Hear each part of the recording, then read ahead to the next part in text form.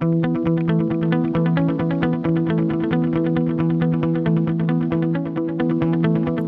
Marketing Radio, the marketing podcast for insurance agents and financial professionals. Hello, and welcome to another episode of Quantum Marketing Radio, the podcast for insurance agents and financial advisors.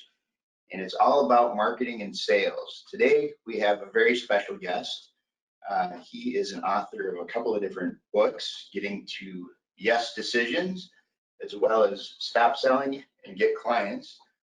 He is a trainer to MDRT, top of the table advisors around the world, and coming to us today from the UK. Welcome, Bernie Souza. Thank you, Jeff. It's my pleasure to be here in the afternoon in the UK, and thank you for the opportunity to share some tips. Well, thank you. Thank you for taking the time today. So for the audience that maybe isn't familiar with you here in the United States, maybe tell us a little bit about some of your accomplishments other than the books and the training of the MDRT folks.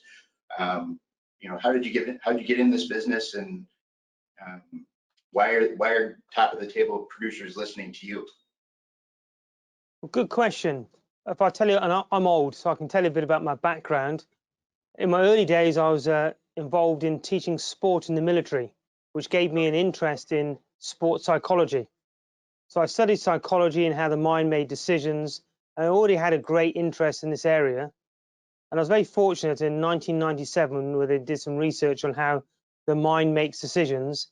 I was able to meet with a professor who gave me some great one-on-one coaching many years ago on certain word patterns to influence people with integrity.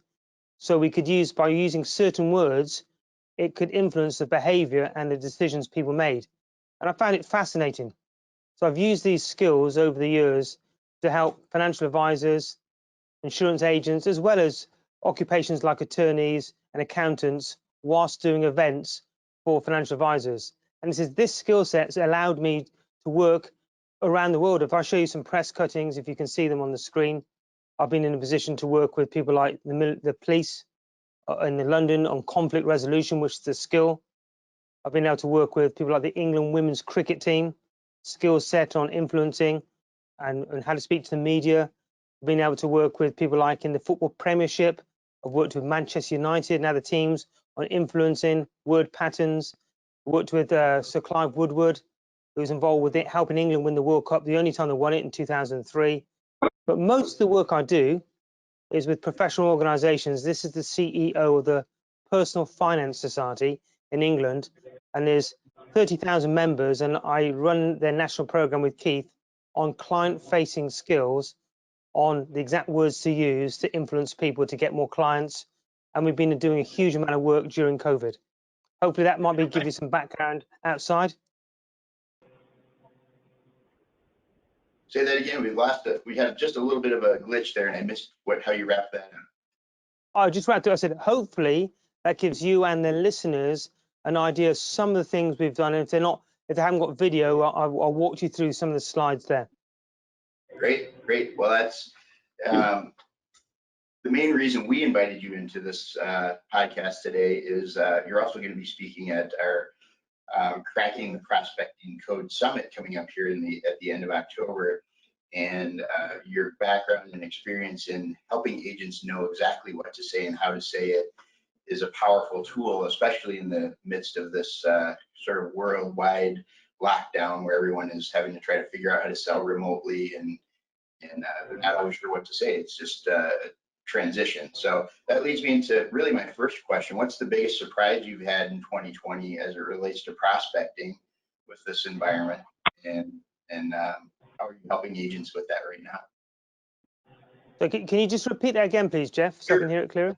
Sure. What's the biggest surprise in 2020 as it relates to prospecting? The biggest change as it relates to prospecting because of the current environment with the pandemic and people working remotely?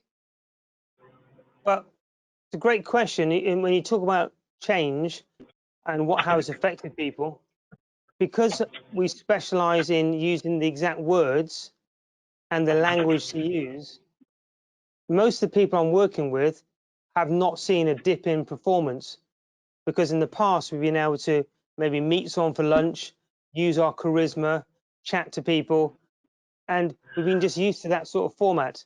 So I can see for some people the changes have been dramatic. I use what I call 6 levels of communication in reverse order. So the worst, level 6, would be something like a text or an email, which is one way. It's okay for information, but it's not really very good for when it comes down to building rapport. The next level up, level 5, slightly better, is a letter. There's two-way communication. Level 4 is a phone call. So the phone call won't change. It gives us a two-way communication from there, because with a telephone call, they have to answer the phone. Level 3, like we're doing now, is Zoom, Skype, FaceTime. Gives us an idea to speak face-to-face, which we're using universally more. Level 2 is a face-to-face meeting. And a level 1 is a face-to-face meeting with food. Now, we haven't got 1 and 2, so we've now had to exhaust level 3.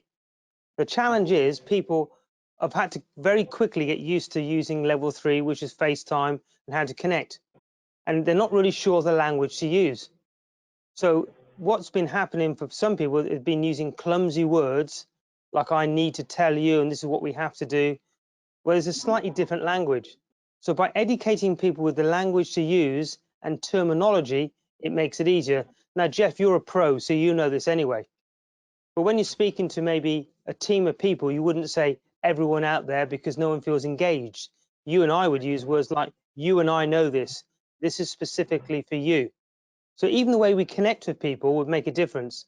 Now, when it comes to prospecting, and prospecting is really making maybe someone who's a stranger or someone who doesn't know us as well, to convert them into a conversation about our business. Where many people have gone wrong is they've spent too much time talking about their features and benefits.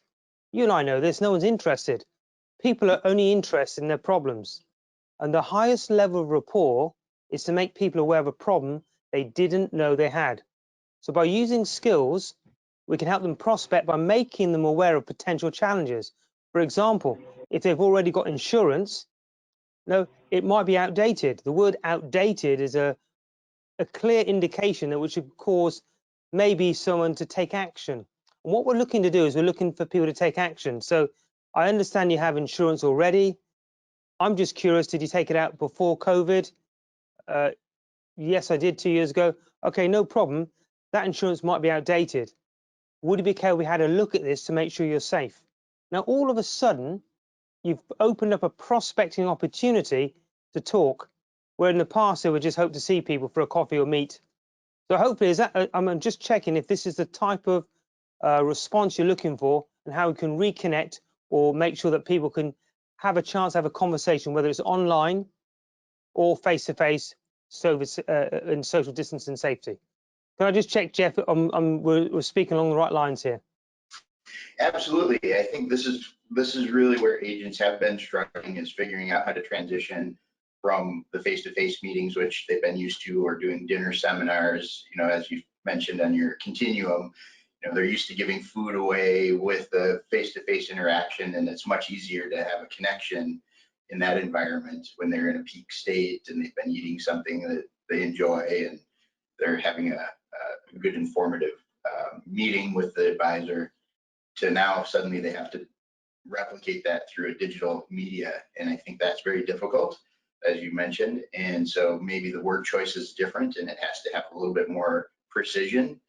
And I think the example that you gave is fantastic, just because that's clearly kind of tapping into unconscious, subconscious drives as well, that without necessarily coming across as salesy, or maybe people feel like they have to be a little bit more salesy on these digital media, and that probably isn't the best way. I'm assuming, based on what you're showing, is how that agent needs a transition is really subtle differences in word choice that can have this big impact on the subconscious and the drives of the individual. So, how hard is this stuff to learn for an advisor that's been selling one way versus trying to make these distinctions in their language? Well, the good news, it's instant because there are only so many words. There's something called the Ebbinghaus effect. And the reason I mention this is in 1879 to 1895, Hermann Ebbinghaus did some research on how quickly we can retain information. And he said, Bruce, he said, the ability to recall information shows a rapid decrease in a very short space of time. So in a nutshell, it's still relevant today. Now, we're going to forget 60% in 60 minutes, and we're going to forget 80% in a month. So we could forget lots of things. But the beauty about how I teach and I share and I help people discover is I give people micro word patterns which they can pick up immediately. So they don't need to be in a position where it's long-winded sentences.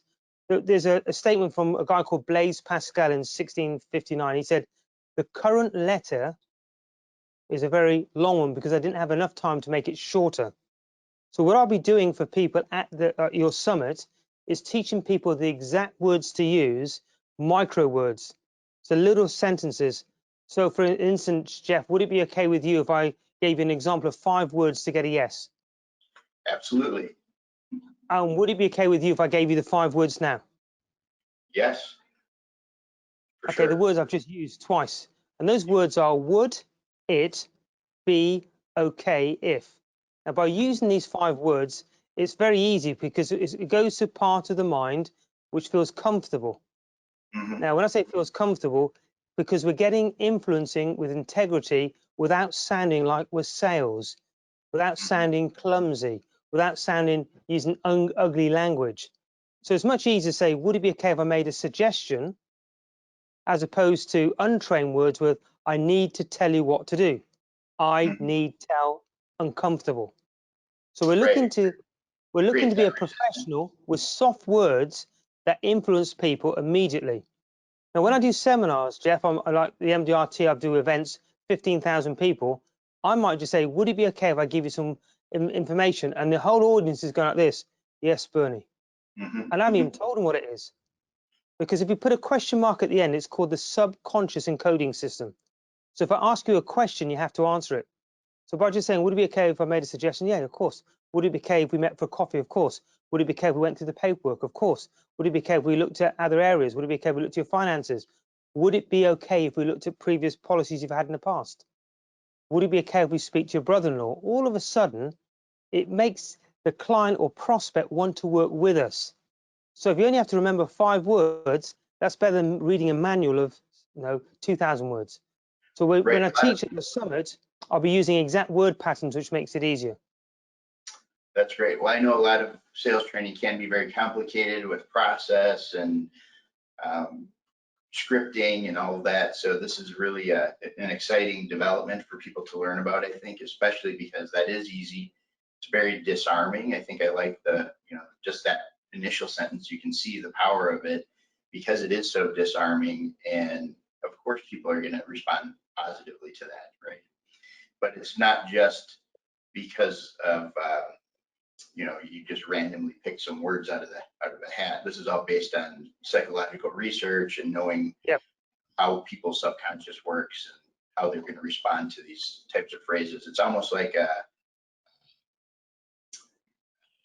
triggered response.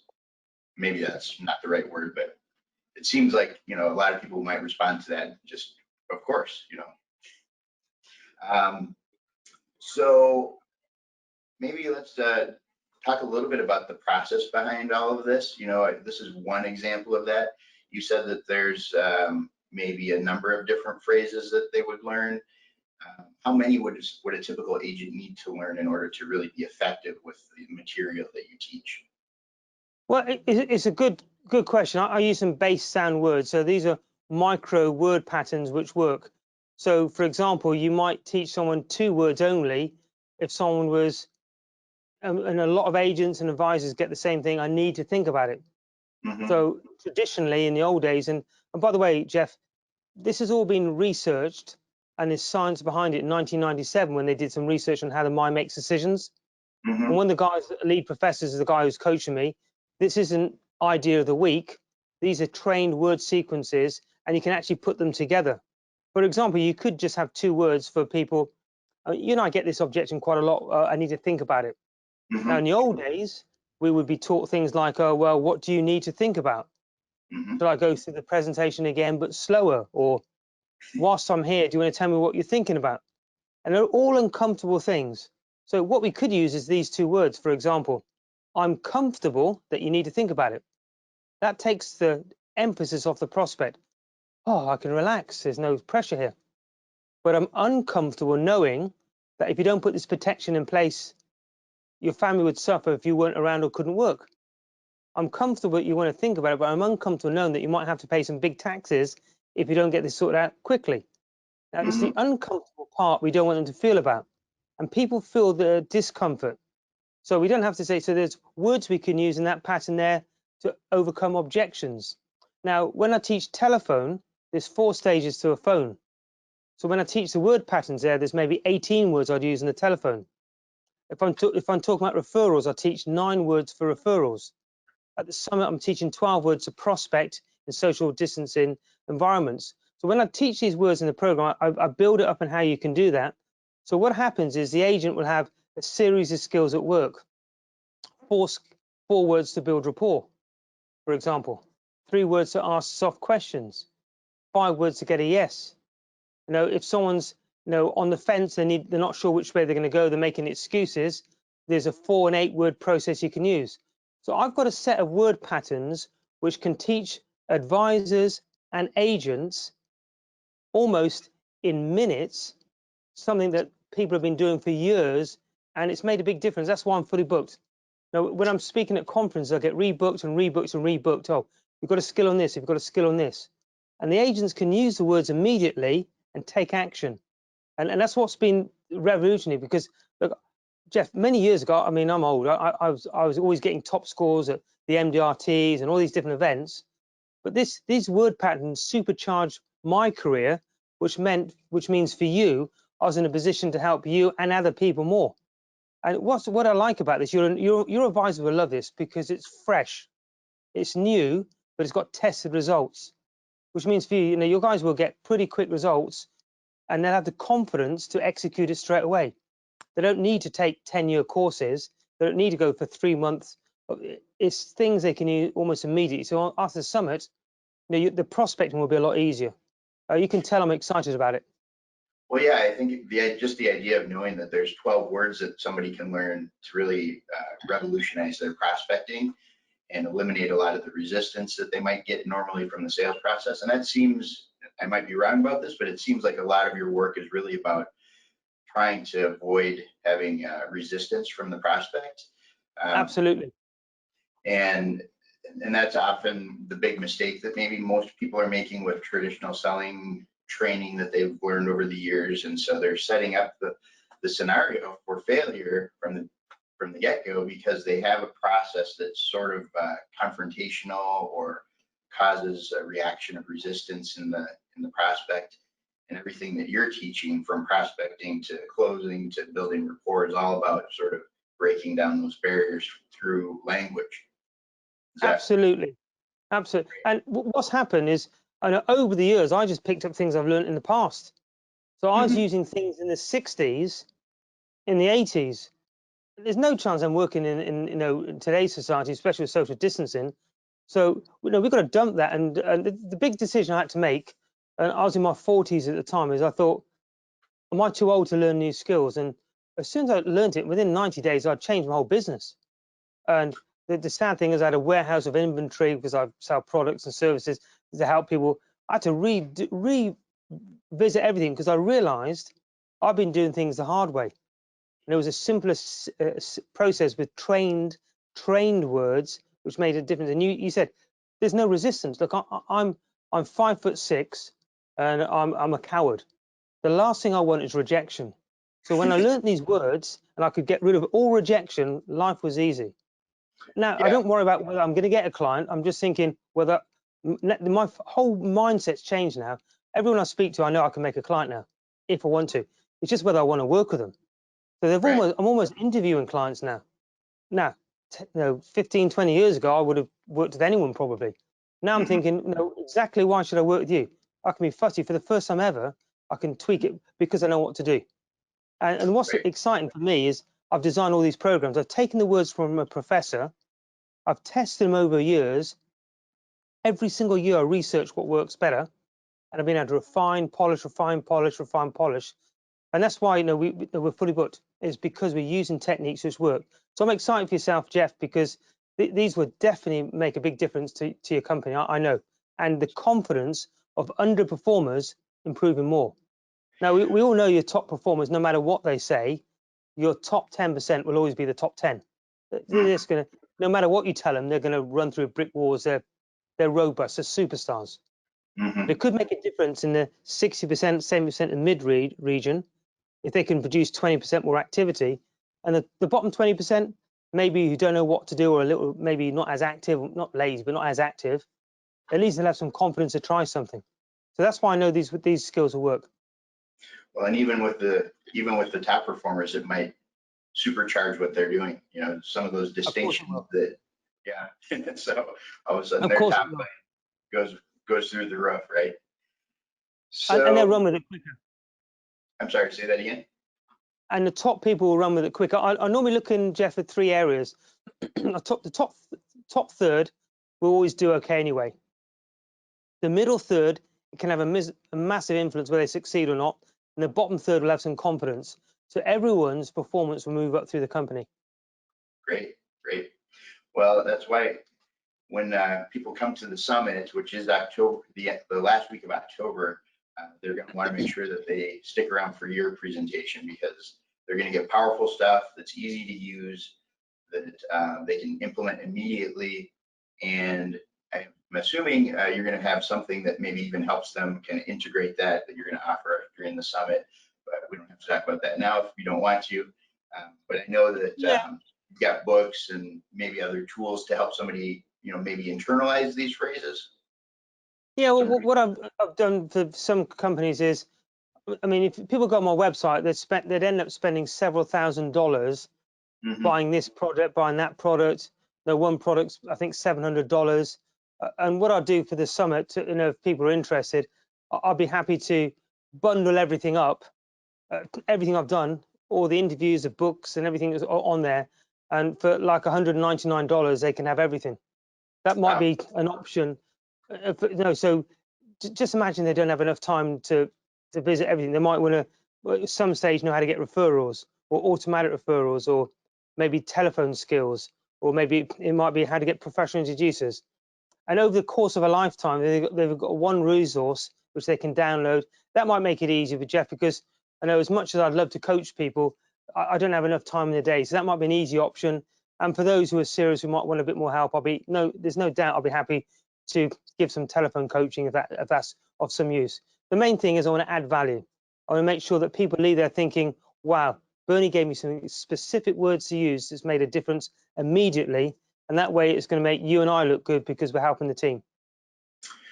Well, and I think that's kind of what we're looking forward to, is that highly actionable stuff that they can take away, that, they know that when they come into the summit and watch your segment, they're going to actually have something that will make a difference in their business the day they go out and start using it. So, and it's easy enough to actually learn the same day and actually take away and use it right away. But this is what I guarantee, Jeff. After I've spoken, they'll be able to use the word patterns I taught immediately. That's a big promise, right? So I know, because I'm only teaching 12 words. Yeah, That's right. right. Right. In the right order and the right sequence is very powerful. So in coaching agents over the years with your material, what is the hardest part for most advisors to make this work for them? The hardest skill is telephone. Okay. If that's what you're asking, it's because they get a block. So I just Sure. have 4 stages in the phone, which makes it really simple. And with live coaching, I actually watch people make calls. I only need to listen to the advisor or the agent, because I don't need to hear what the prospect's saying, and I can walk them through it. So the calling is difficult, because if it was easy, we'd all have a diary full of quality appointments. So I'd say telephone calling is difficult. I'd also say prospecting, because you could buy leads in, but to prospect cold and convert is difficult. Another skill that people struggle with is automatic referrals, because if you use the word referral, you and I know this, people think, oh, you're trying to sell to my friends. So it's getting referrals without using the word referrals and using techniques. which make people comfortable that you're helping their friends and they want you to speak to them. So if you use these techniques, people say to you, oh, could you please help my friend with this problem? That's the best way to do it. And the highest level report. I was just going to say what's interesting is I know many advisors that have, got various lead systems where they're getting qualified prospects that want to talk to them, and they're not calling all of them. And that goes right to your point, which is calling is often the most difficult part. So why is it they have this reluctance when they've already got a prospect generated that wants to talk to them about something that they offer, yet they can't pick up the phone? And is that usually because they don't know what to say? I mean, tell us a little bit about why you think that is. Why is the phone such a difficult problem for most agents? Well, you've hit the nail on the head, Jeff. You're right. They don't know what to say. They don't have a tight process. I teach 4 stages of a call, and then what happens? They drift, and then it's how they feel, and they one person. See, let me tell you what I believe happens in life. If I go to a seminar or I speak at a summit, no matter what I say, 1 in 10 will love me. No matter what I say, 1 in 10 will not agree with me. The skill is in the 8 out of 10 in between. So, someone can make a call one day, randomly chatting, and it doesn't matter what they say, the guy's a client. The next day, they get a knockback and they don't know why. So what happens is if you get resistance or rejection, eventually we stop doing it. We become numb, and it becomes difficult to restart again. So you've hit the nail on the head. If people knew exactly what to say and what to do, and if someone said this, they said that, before you know it, it's a piece of cake, an absolute piece of cake. And I would say most companies I go into, I say, let me sort the phones out first. They said, what? I said, I'll make live calls with you.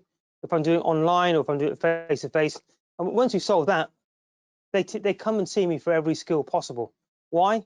A lot of people teach the telephone and say, try this script and run away. I say, I believe in this script. I'm going to work with this script. We're going to go through this. Let's work together. We make the calls together. Once they see the process, I train the management team. They take it from there. Then I get all the work. Why? Because I picked the ugliest skill first and nailed it. And they're saying to me, right, if you can do that one, you must be able to do everything.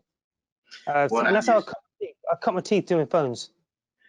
Well, and obviously this does tie into prospecting in general, because if you're trying to talk to somebody cold, not knowing what to say is going to be a barrier to even making the attempt, much less having success with it. So obviously this is a very important skill set for all advisors to have. And I think those that are motivated, for professional development are going to want to learn these skills, because they know they'll see that quickly they can take their business to another level just by mastering some of the simple language patterns that you teach. Yeah, and I've done it the hard way, Jeff. I've tried and tested and failed using that until I've got this. But I'm doing this day in, day out. I'm making with advisors 1,000 calls a week. So I know exactly what they're getting. I know exactly what COVID excuses they're getting. I know exactly what. By having that, it's made it easier. So this isn't trial and error of something I did 20 years ago. I'm in the saddle today. This morning I was doing a webinar in the UK, and I did 30 minutes live calls with the client. So this isn't something we're on this day in, day out. So we can tell you immediately what's working. That's not just for people in the UK, also in the States.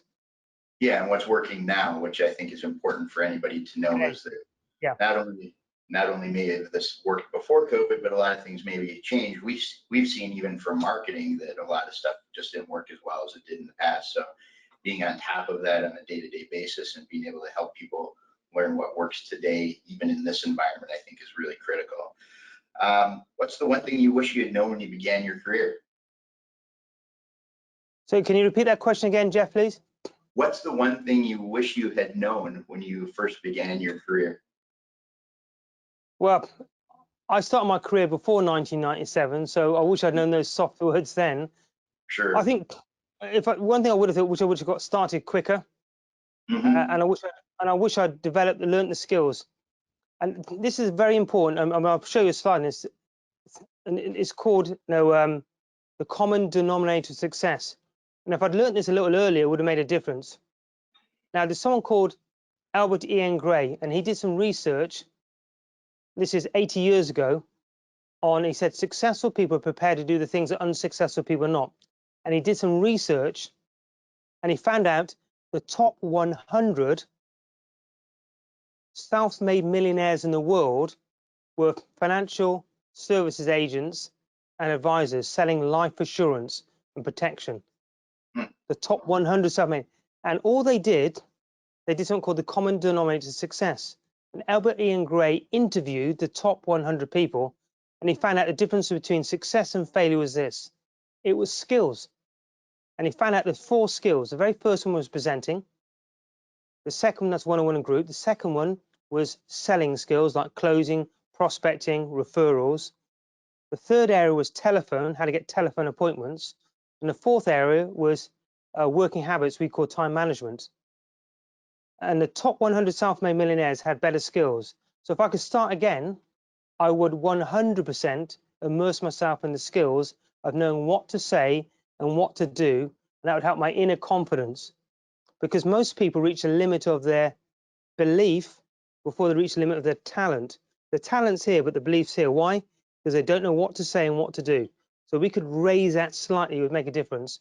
So if I was starting all over again, I'd just find out the people who know what they're doing around the world, do what you're doing right now, interview them, pick their brains, use the material, so I could get started using tested, tried word patterns, as opposed to going through all these long-winded courses out there full of fluff, and get some concrete, solid tips which I could use immediately. That's what I would do. Because I'm in my 50s. I mean, if I'd known this in my 30s, just think we'd always think that way. That's what I would do. I would learn the skills quicker so we could earn more money longer. Well, and I think the encouraging thing for anybody listening today is that no matter where you are in your career, how long you've been in the business, and whatever your level of success, by taking this stuff and adopting it and really focusing in on it, it can make a big difference for them. So, so obviously, you know, words became a big thing for you. Obviously, your business is words, and really, all salespeople are in the business of using words and communication. And some people have some natural talent with it. I think, you know, it's just unconscious, natural ability, and others maybe struggle there for whatever reason. And I think, you know, when you think about that continuum between somebody that maybe has a high degree of charisma and natural ability to connect with people versus somebody who's trying to sell that's maybe a technical kind of introvert, can this work for somebody that maybe is on that other end of the spectrum that doesn't have a lot of charisma to begin with? Well, as you can probably see, I don't have much charisma. This is as exciting as I get. But here's the good news. If you're shy, you've probably got a better chance to connect with people. Why? Because people like people who listen. The second thing is, if you're shy, introverted, and you're not struggling, if you know the exact words to use, you do it with confidence because you know what the answer is going to be. So for people who are underperformers, the reason we can get such great results is because they can use word patterns and systems which are tested. The analytically minded person will think, wow, this is science-based. And because it's science-based, it makes it easier. So there are some people who got charisma, just say, hey, how you doing? High five, slap, right, sign here and here, and let's get some drinks in, and they're there. Now, people with less charisma like myself, or people who are not as, they can't do that.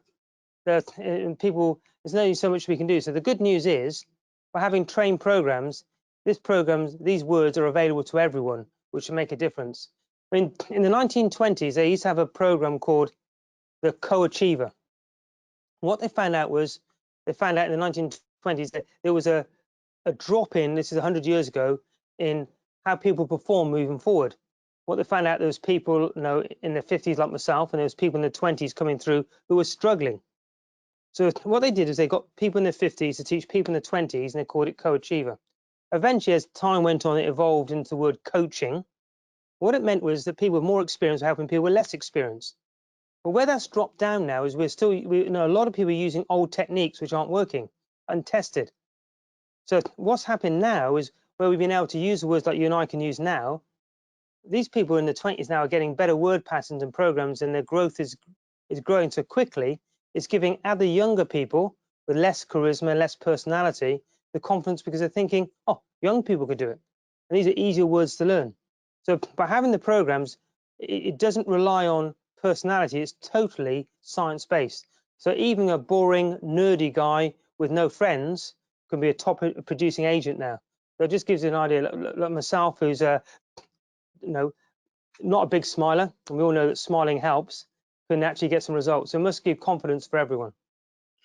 Well, and I know a lot of people in this business choose it because they're, compelled by numbers, and they might be a little bit analytical, and so sometimes they do struggle with the charisma and the selling part. And so having a system that they know is science-based will probably really appeal to any of those analytical types that tend to be attracted to this industry, and really help them to propel to that next level.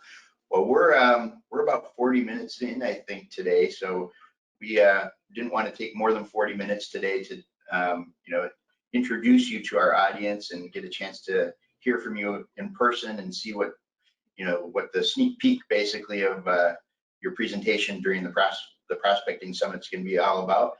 Maybe just a couple more words on just a sneak peek of what's coming. I know you're going to focus on prospecting. Just a teaser for people that are going to be tuning into the summit. Yeah, well, I think the very first thing I do before you go into summit is a couple of things I think about before you get there.